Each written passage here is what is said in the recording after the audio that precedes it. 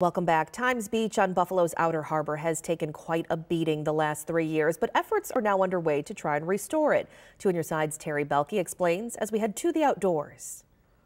Mother Nature can be a hard taskmistress, even to her own. Times Beach Nature Preserve on the Outer Harbor has been mostly closed since 2019.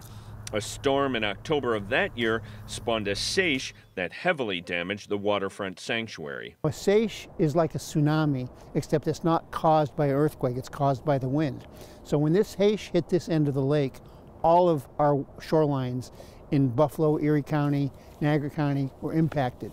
We had water at Times Beach and throughout the Buffalo Harbor, which was 12 feet or higher. Times Beach has not had a chance to recover as it's been battered by a number of storms since, each inflicting more damage. Boardwalks and trails were destroyed. A protective break wall was breached, making it impossible to control flooding. That break wall is broken, and that's allowed a lot of the flooding. We don't want to rebuild those boardwalks until we've got that under control. All those external forces and at higher intensity, then yes, it does just chip away at it over time.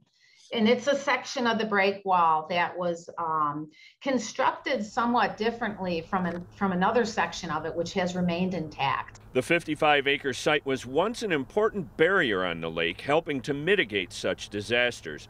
Ironically, development over the years has diminished its ability to protect the inland from such storms. All of that shoreline, millions of acres of marsh and sand dunes are vanished. The shorelines become hardened. We've developed down here.